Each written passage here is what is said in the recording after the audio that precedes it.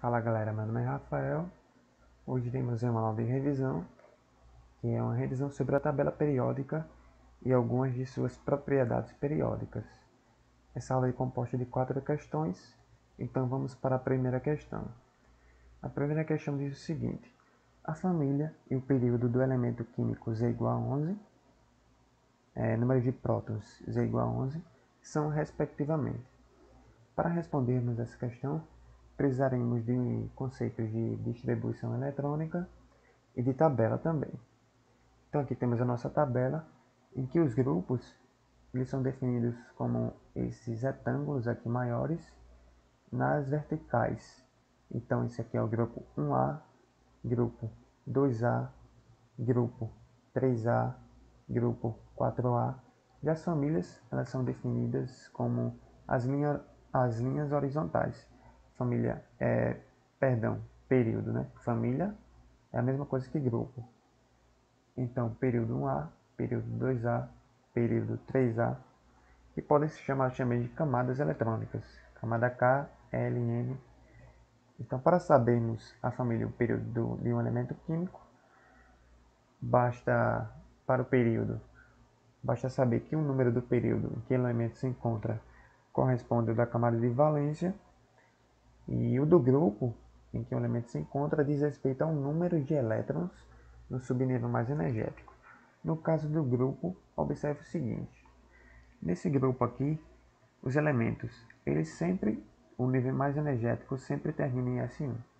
Então aqui eu tenho 1S1, 2S1, 3S1. Para o caso do grupo 2A, termina em S2, 2S2, 3S2. Nesse grupo aqui, D1. Nesse grupo aqui, P1. No grupo 4A, P2. E assim por diante. Sempre segue esse padrão. Então, para o nosso elemento da questão, temos aqui o diagrama de Linus-Pauling. Fazendo a distribuição eletrônica, obtemos um S2, 2S2, 2P6 e 3S1, ou seja, 11 elétrons, sempre seguindo a seta na distribuição eletrônica. Então, observamos aqui que o número da camada de valência é 3, então esse elemento está no terceiro período, e o subnível mais energético é o S1, ou seja, esse elemento está no grupo dos metais, exatamente aqui no terceiro período, e no subnível mais energético 3S1. Então esse elemento ele pertence ao grupo 1A e ao terceiro período. Então a resposta certa nesse caso seria letra A. Partindo para a segunda questão, é uma questão da Mackenzie, uma universidade bem conhecida, que diz o seguinte: baseando-se nas configurações eletrônicas em ordem crescente de energia dos elementos abaixo, assinala a alternativa correta. Então ele já nos deu as distribuições eletrônicas, então vamos trabalhar por alternativas. Então na letra A, botei a tabela aqui para nos basearmos novamente. Eu tenho C e D estão no mesmo período da tabela periódica. Para descobrirmos um período, basta observarmos o final da camada de valência. Então a camada de valência desse elemento está aqui em 4s2, 4p2. Então ele se encontra no quarto período. Já esse elemento aqui, a camada de valência é o 6s2. Não confunda a camada de valência com o subnível mais energético. O subnível mais energético aqui é o 4f2, mas a camada de valência é a sexta. Ou seja, esse elemento está no sexto período. Então, alternativa incorreta, pois C e D não estão no mesmo período da tabela periódica. Caso vocês não lembrem sobre isso, é interessante vocês estarem pesquisando. Mas como é uma aula de revisão, não dá para abordar todos os conceitos. Então, na alternativa B, a questão diz o seguinte: A e C pertencem ao mesmo subgrupo, mas estão em períodos diferentes. Aqui eu tenho A e C. Então, vamos ver o período em que se encontra o A. O A, ele ocupa uma camada, duas camadas, três camadas, quatro camadas. Então, ele está no quarto período. basta olhar também para o número da camada de valência, que é 4, quarto período. E aqui no C, 1, 2, 3, contando com D também, 4 camadas, então está no quarto período. E aqui nós já matamos a questão, pois ela diz que estão em períodos diferentes. E aqui nós vemos que estão em períodos iguais, então a alternativa é incorreta. Vocês podem também estar olhando onde encontram esses elementos, se encontram no mesmo grupo. Na questão C, ele diz que A, B, C e D são todos alcalinos terrosos, ou seja, estão no grupo 2A, que é o grupo dos alcalinos terrosos, metais alcalinos terrosos.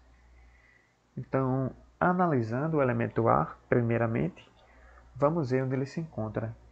Então, o subnível mais energético é o S2, e realmente aqui é o subnível mais energético desse grupo, S2. Então, ele realmente se encontra no grupo dos metais alcalinos terrosos. Para o B, iremos ver o subnível mais energético, que é o D2. O B está no subnível, termina no subnível mais energético D2, que no caso não se encontra aqui. Aqui temos o D1, então B se encontra no grupo 4B. Então a questão já está incorreta, pois B não está no grupo dos metais alcalinos terrosos. E a questão D, ele diz o seguinte: C está no quarto período e na família 4A. Então já vimos que o período do C realmente é o quarto período. Então vamos ver se ele está na família 4A. Observamos que o subnível mais energético dele é o P2. E aqui eu tenho o P1 na família 3A, P1. E na família 4A realmente tem um P2. Então a letra D é a alternativa correta. C está no quarto período. C está nesse quarto período aqui. E no grupo 4A, ou seja, C está aqui. Alternativa correta, letra D. Partindo para a terceira questão, que é uma questão de FATEC de São Paulo, que diz o seguinte: com relação às seguintes propriedades periódicas. Primeiro, em uma mesma família química, quanto menor o número atômico, menor é o potencial de ionização. Vamos colocar o nosso amigo átomo aqui e a tabela de energia de ionização. A energia de ionização, o potencial de ionização, é a energia mínima necessária para se arrancar um elétron de um átomo que se encontra no seu estado fundamental gasoso. Então ele diz o seguinte na questão novamente: quanto menor o número atômico, nós sabemos que o número atômico cresce da esquerda para a direita e de cima para baixo, perdão. Quanto menor o número atômico, menor é o potencial de ionização. Isso não está correto. Vemos que o potencial de ionização ele cresce de baixo para cima. Então, quanto menor o número atômico, maior o potencial de ionização. Isso se deve porque nos elementos com pouca carga nuclear e de menor raio atômico, por exemplo, os elétrons eles se atraem mais fortemente ao núcleo. Então é mais difícil de você tirar um elétron desse átomo.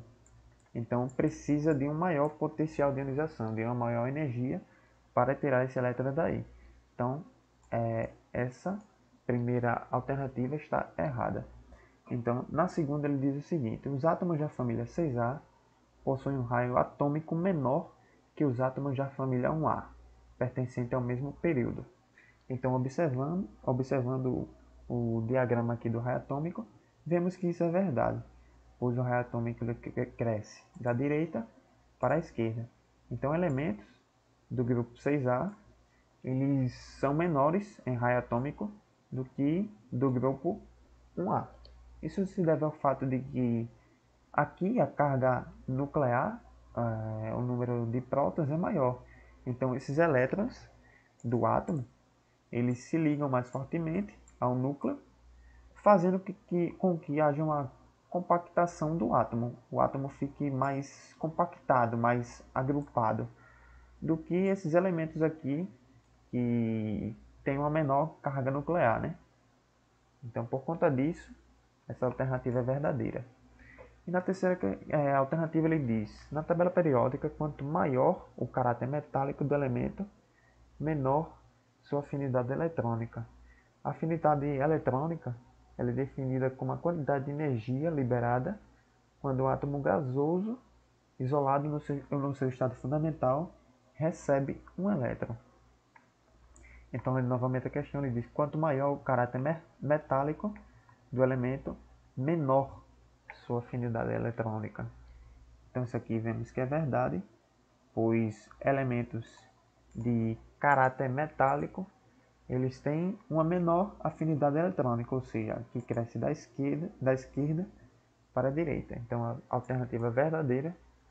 Então, a resposta certa nesse caso é a letra B.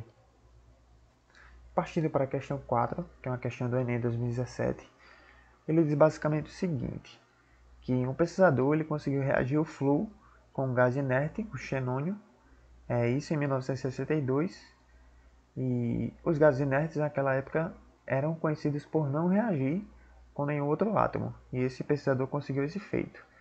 Daí ele pergunta qual propriedade do flúor justifica sua escolha como reagente para o processo mencionado. Vamos ver algumas coisas.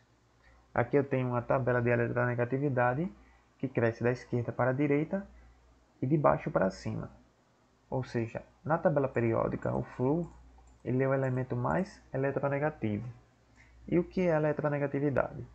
A eletronegatividade é definida como a força que determinado átomo possui de atrair os elétrons de uma ligação covalente para si. Então o flúor ele possui uma maior força de atrair elétrons. E numa família, quanto menor o raio atômico, maior a eletronegatividade. Isso se deve ao fato do núcleo ele ter uma capacidade maior de atrair elétrons. Ou seja, como ele tem um raio atômico menor, o núcleo atrai mais elétrons.